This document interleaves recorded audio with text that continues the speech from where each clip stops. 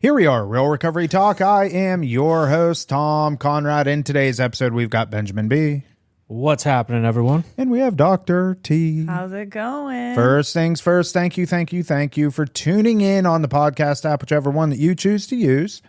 And thank you for watching on YouTube. In the end, if you have any comments, questions, or concerns, you could always reach us, info@realrecoverytalk.com. Again, it's info@realrecoverytalk.com. And ultimately, we want to help you turn your mess into your message. Right, Ben? Yes, sirree. Right, T? Yes. How's it going? Good. Yeah? Yeah. You're feeling amped up, Ben? I'm feeling good. I went to the Cuban coffee spot and had some of that. Yeah? T, did you have your daily dosage of caffeine? I did this morning. This morning. I had a lot of sugar, too. Did you? 2 Dunkin' Donut blueberry muffins, the one with the crispy crystals on top. Ooh, that's good. Yeah. Is that on your meal plan? It was today. Yeah. That's In a good. public sub. Another bodybuilding show coming up for you. 10 weeks. Yeah. Yes, sir. That's great. So You over it, supportive. Tom? I'm over it. It's So only am been I. 2 years of this crap. All right. So happy Valentine's Day.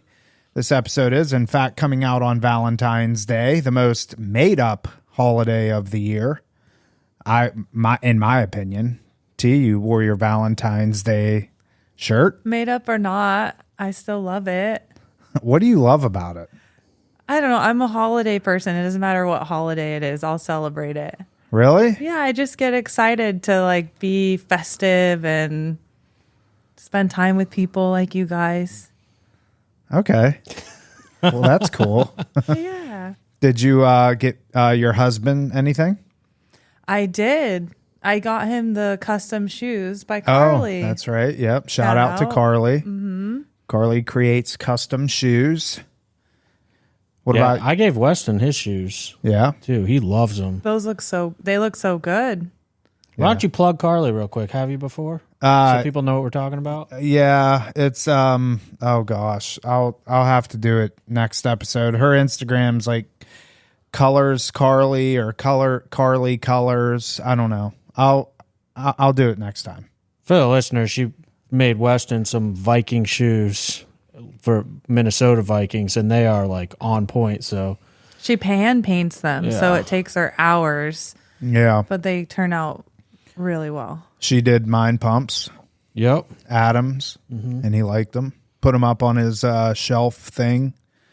Yeah, that's the thing about him. Weston's not even going to wear them now. They're just sitting in his room, and I'm like, dude, we just bought shoes you're never going to wear. I don't know that they're to wear. You know, I mean, you can. Do you think Pierre will wear his? I think he'll wear them in the gym, so it's not too like he's not going to be running, walking outside, dropping stuff on him.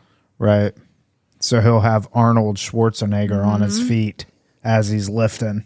Yeah, That's awesome. inspiration. So we wanted to come on and talk about, considering Valentine's Day, we thought that it would be a good opportunity to maybe discuss some relationship topics inside of sobriety and recovery in particular. Ben, I know you had a couple of things you wanted to bring up, so I'll just give it right to you.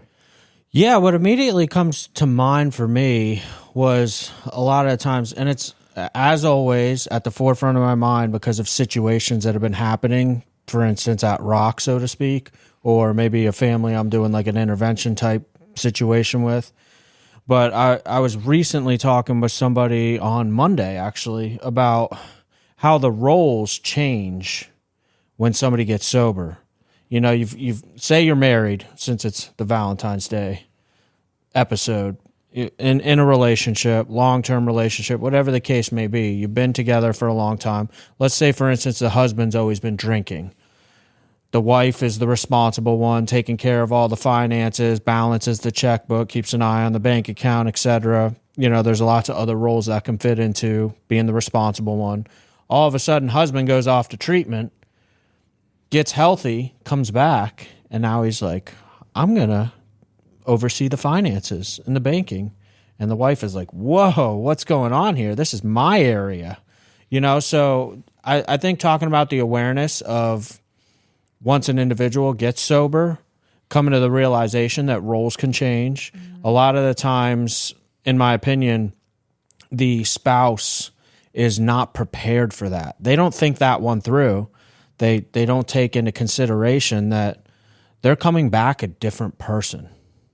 And even in most cases, if it's the person that they used to be, that they married and then got into their alcoholism, addiction, whatever the case is, it's been so long that since they were that person that you've kind of forgotten what that is, and it needs to be, put back on a new foundation, so to speak. Yeah, people get used to the chaos. I mean, that's one of the reasons why we tell families that, like, you can't just sit back and do nothing, because ultimately, your loved one in some capacity is changing, and if they change and go through all this stuff and then you don't do anything, then it tend to more often than not just build a lot of resentment and, in that exact situation, which I think happens quite often.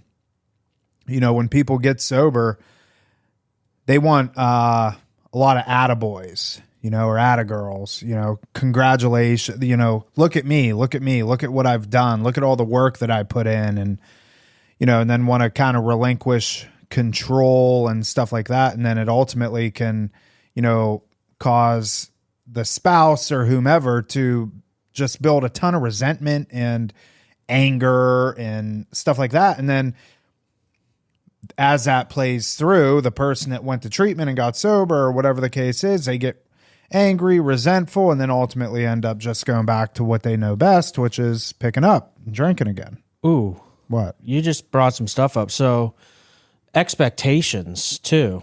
For instance, if an individual comes home from treatment, the other thing to keep in mind, they're going to be bringing home not just new roles, but new habits. Mm-hmm.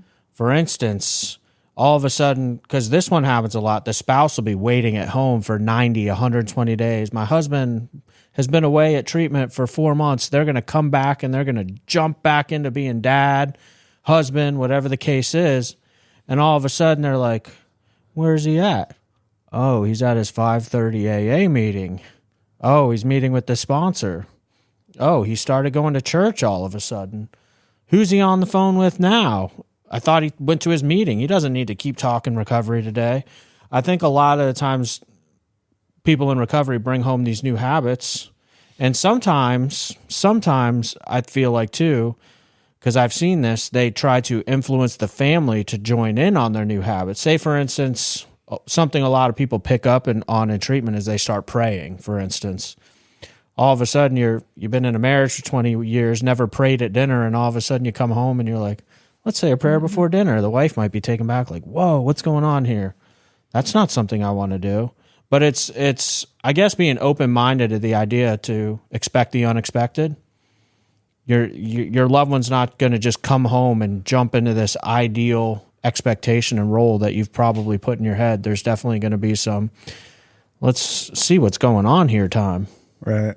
Yeah, because they have to identify themselves now, right? Like in the treatment setting, they're in their bubble. They're with people who understands what's going on, who's giving them guidance, who's helping them find a new foundation. And now they have to go home and identify and find who are they now? What are they now? And how does this fit into the home dynamic? I think you mentioned something earlier as well, is like how do we help families prepare for that? If you're that spouse or that loved one, what can they do while their loved one is in treatment to prepare for that? I don't think there's 100% a way to be prepared for that, because, as time comes and they come home, you'll have to take it as you go. But there's things they can do for themselves while they are in treatment, while their loved one is in treatment, to help, whether that's being involved in family weekends or, therapy sessions, or even going to Al-Anon themselves and just trying to help themselves first, obviously, and then try to prepare for that homecoming that is going to ensue. We got to write a book. What to expect when you're expecting your addict back home. I think that's a really good. Yeah, you should do that, Ben. Yeah. The ideas are cooking right now. I mean, a lot of time families they don't really understand, and this is based off of at this point having thousands of conversations with families. They don't understand really what to do, how to handle these situations, which is kind of to be expected. But there are, certain things, because reality is that when somebody does go off to treatment, they get sober, they do all this inner work and they really figure out why they used, why they drank, why they did the things that they did. It's very freeing for them, right? And I'll speak on behalf of myself. It was pretty, on a surface level, I just thought I drank because I was a drunk and I like drinking, but then I found out there was a lot more to it. I wish families could understand the power, the opportunity that is within this to really strengthen the relationship. And I think a lot of times families miss that because a lot of times it boils down to the resentment and the anger and the pointing the fingers and you did this, you did that, yada, yada, yada. And people, I think a lot of people like to live in the chaos or comfortable in the chaos. And so it'll almost hinder them or make them not want to even look at themselves. I'm not talking to the addicts in particular now, but the family members, they won't even want to look at themselves because they're like, well, I never had the problem. Ben, you were the one that was always out doing the thing and going out clubbing and drinking and doing drugs. And, why should I be the one to go through all this work? Well, if your relationship is really something that you cherish and you want to work, then you have to. I mean, you don't have a choice. And if you choose not to, then you're going to end up getting the results of it, which is nothing. I mean, it's kind of crappy when you see, and that happens. I mean, families do that. They just don't want to look at themselves and it makes it hard. I think too, like if I bring back the roles from a different perspective, one of the things that we see a lot of the times is like families don't realize, loved ones don't realize that when their addict alcoholic was an active addiction, the role that they played is now no longer going to exist. Mm-hmm. And you mentioned chaos several times at this point. How much time, energy, and resources did you spend trying to get your loved one sober? Let's call it what it is. That probably took up many hours in your day every day. All of a sudden, there's not someone there for you to fix. So a lot of times in this case, the spouse at home is the fixer, right? What happens when the project is fixed? Now there's nothing new to work on. Oh, he's doing well. He's not drinking. He is managing the bank account. We don't have all this chaos going on. Now what? And a lot of the time, the spouse will find themselves lost. And I've made reference to this in the past. It's my mother, for instance, spent so many years, over a decade, of me being in active addiction where it was severe to the point where when I got sober, she had no idea what to do with herself. When I hit about 2 years of sobriety and she kind of came to the realization, okay, Ben's well on his way. I think this is the time he's going to stay sober. I remember her like being lost in life and she talked about it because I took up so much of her mental space and so many hours out of her day that all of a sudden, what do I do now? And I remember her having to like basically find herself. Does she talk about that with you often? Or not often, but Yeah, definitely in the past. What do you think are some of the things that helped her find her way? I'm glad you asked that because I was going to tie it into something else here. For her, she got involved with Al-Anon. And Tom, what made me think of that too was, remember the conversation we had with the individual? We were sitting in the Sprouts parking lot. Oh, we were talking to a mother. Yep. Share that without name dropping, I guess. I mean, what part? What, me berating her? That's not, an abnormal thing. Why were you berating her? So there was a individual who will be left unnamed. She We love this person to death. Yeah. And she knows it. Yeah. She wanted in the worst way. She wanted her son to get clean. She wanted her son to have this life of sobriety. And he was a, fentanyl heroin user and just, one of these guys, young adults that just went through the gamut. Treatment center after treatment center after treatment center. I think he came to us twice. And for whatever reason, he couldn't put it together. And I don't know if he's clean now. Do you know if he is? Last I heard, he was doing well. Okay. Mom really had a tough time understanding and knowing what really boundaries were or are. And, Ben and I, we were in the parking lot at Sprouts right up the street, and she was crying because we were in the process of actually telling him he couldn't stay with us anymore because he wasn't doing anything. We found out that he was going and gambling in the middle of the night because he was kind of a cross addiction, drugs and gambling. He just wasn't living a life of sobriety and recovery. And we respectfully told him, hey, man, sorry, but you can't stay here if this is what you're going to do.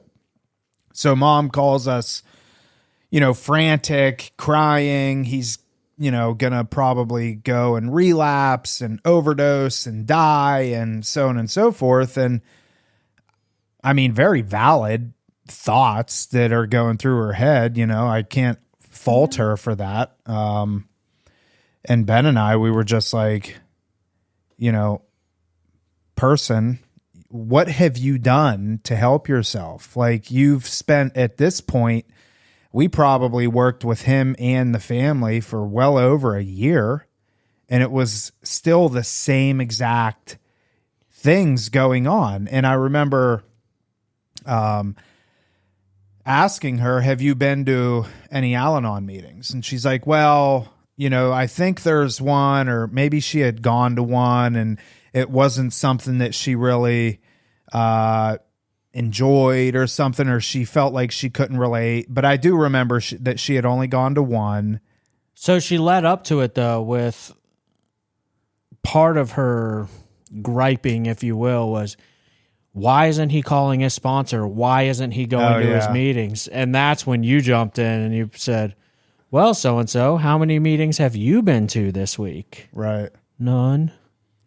And so that's the thing, like, again, going back to the expectation of, like, back to Dr. T's question, like, what are they doing on their end? I answered for my mom the Al-Anon thing. Like, you got to be willing to do the work yourself. Well, and I remember even asking her too, like, okay, say you don't want to go to Al-Anon, whatever. Al-Anon isn't the only way, just like AA isn't the only way. I do know that she obviously was spiritual and she went to church and stuff like that. I asked her if she had consulted any women, that have gone through this and stuff like that. And she hadn't done any of it. And it's not like this was the very first time that we had suggested this to her. These were suggestions that were given to her over and over and over again, like I said, over the course of probably a year, and she never took them. And I mean, it was really frustrating, because here, there's only so much that we can do. And, she just kind of sat back and wanted us to fix everything. And it was our fault that we were kicking him out and stuff like that. And it's like, wait a second. No, it's not. We just know how to set boundaries and we know how to uphold and we know what's best for him. And she just couldn't handle that. And, I don't know where she's at now. I hope that, she's bettering herself in the sense of, reaching out and getting the support that she needs, because, that's really how this podcast was even born, was really to deal with people like her, to help them, which, we are actively creating. I love helping the parents. Which is why I'm going to do a shameless plug here, Ben. Okay. We're coming up with something to give to families and give to well, not give, but introduce to families and loved ones to hopefully help them get through this so they won't be alone. That's all I'm going to say about that. Right, T? That's right. I'm excited. Yeah. To finish answering Dr. T's question too, like what did my mom do? I don't want to speak for her, but I'll say what I saw. A, she was already involved with Al-Anon, so she kept doing that. But B, what I ended up seeing was she was retired at this point. Started basically meeting up with friends on a daily basis. Like she had like scheduled days during the week where she meets her friend Barb, goes for a walk on the beach a couple days a week. Stuff along those lines, just regularly filling her own schedule, and learning how to live her life now that she had all this extra time because she wasn't worried about me. I thought I want to hear from T though. You've been quiet. What do I'm you sorry, I'll be quiet. I'll turn off the espresso. I love when Ben, goes on a roll. He's rolling. He's passionate. It's rolling. It's nice to watch. I don't know the next words, otherwise I jump in. Something riding dirty. Catch me I thought you were dirty. singing Tina Turner. Isn't it Tina Turner? Rolling With the homies? rolling No. on a river. Oh, no. Okay, sorry. Let's get back on track. We're Wait, bad. were you singing Creedence Clearwater Revival? Yes. I don't know. Tina Turner. I think it was on the movie that she did about her and Ike. Tina and Ike. I don't know. Okay, I'm sorry. I apologize. That was everyone. definitely CCR though, right? Yes. Yeah. Rolling on a river. Yeah. That was definitely Okay, I CCR. apologize. I used to drink Bush Pounders to CCR all the time. Drive through Mahoning Sportsman Club in my 1983 Chevy S10. Yep, I'd have a case of Bush Pounders for the audience. Those are 16-ounce cans. Those are tall boys. So I'd drink those and listen to CCR. I had a cassette tape, and I'd listen to CCR. For those of you born before 1990. Yep. You're such a hillbilly, dude. Oh, it was great. That my was such S10 with my bush light. I mean, that was Dude. that was such a fun time in my life that, if I knew I could do it successfully, I would. I would feel go ya. back to that, I feel you. Yeah. Anyways, Back on track. back on track. Let's take a second because it is Valentine's Day. Let's talk to all the stupid people that are in early recovery that are, partaking in their rehab romance, and they're going out, to Walmart and getting a box of chocolates for the girl that they just met in detox like 3 weeks ago. What do you think about that, Ben?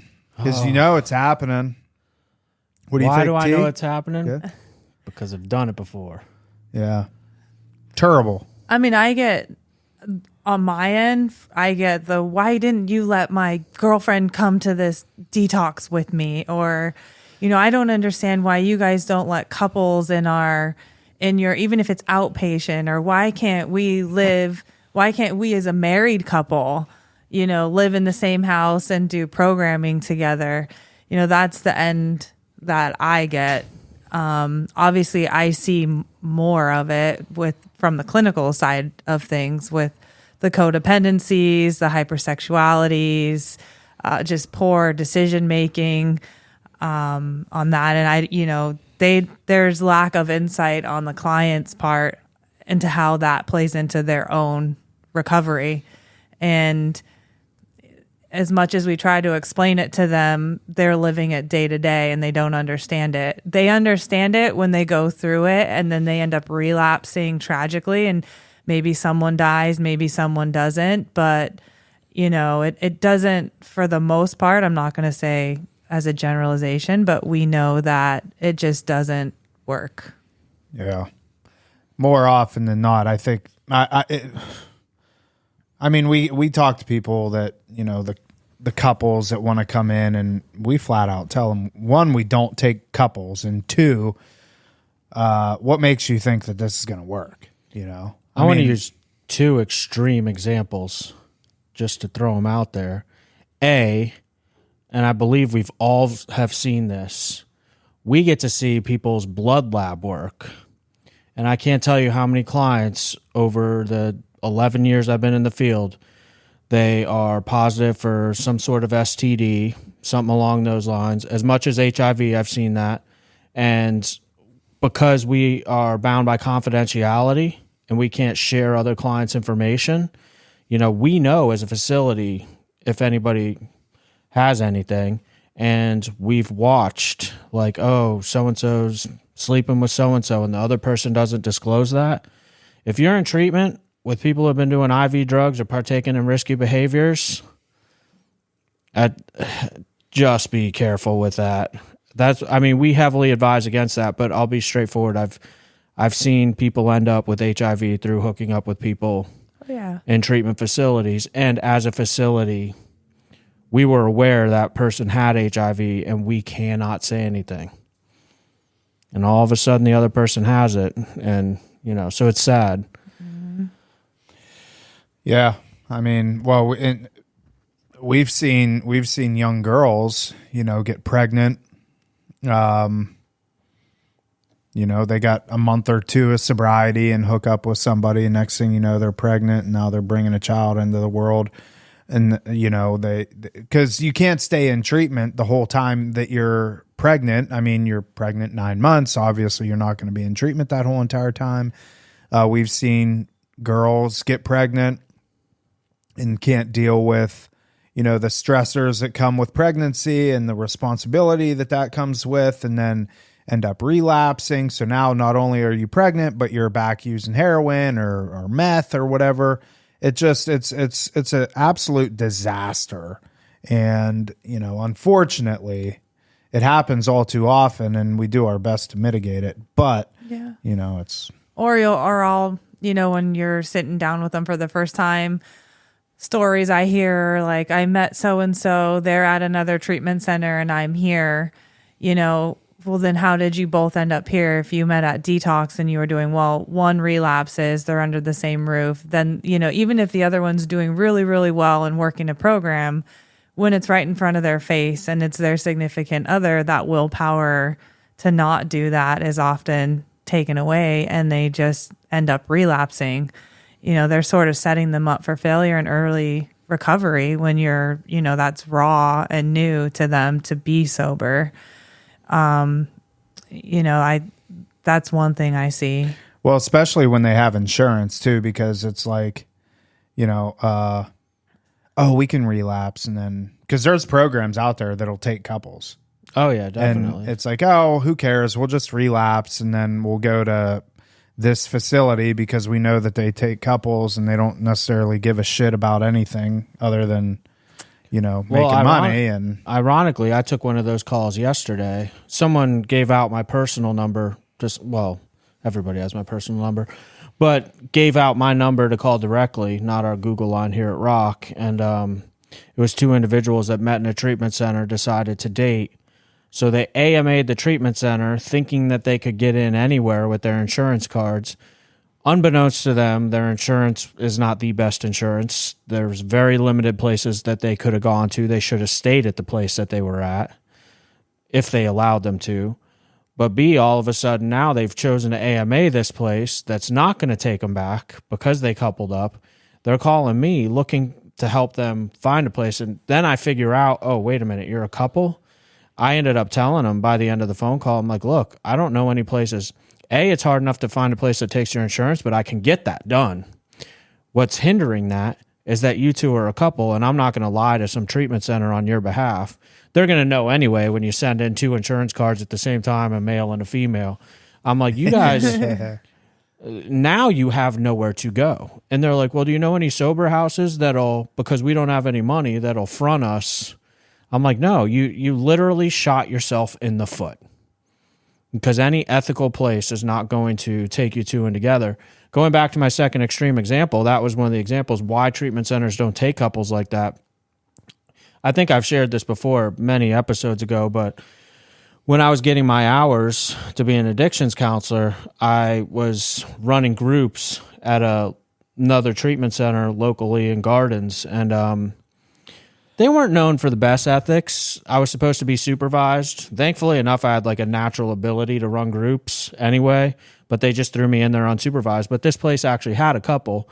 One was 7 months pregnant. The other, and the guy was there too. She got pregnant at this place, and they were in IOP together. And I'm having to run group with both of them in the same group every week, twice a week. And what would happen in the dynamic is I would try to give a suggestion to one of them, but then the other one would start defending them.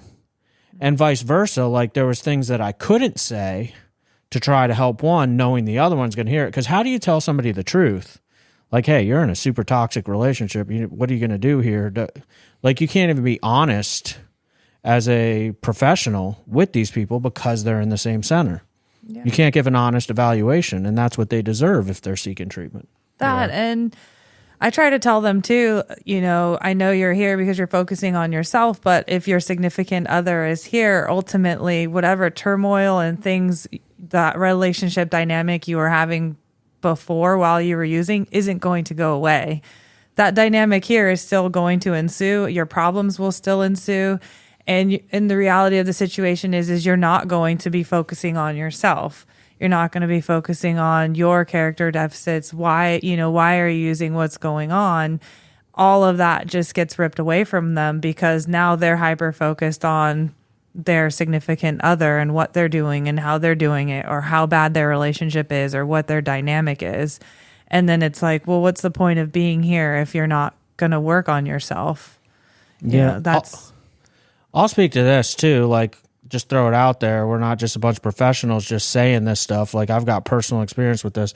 Whitney and I met, and while my life was unmanageable, it was about as manageable as it got at the time. I was bartending, partying super hard. We meet, neither one of us is in rehab yet, but it wasn't until, Weston was born. It wasn't until we went our separate ways that I got better, she got better. It took us we broke up for 4 years, and that's when I got sober and actually held my sobriety together.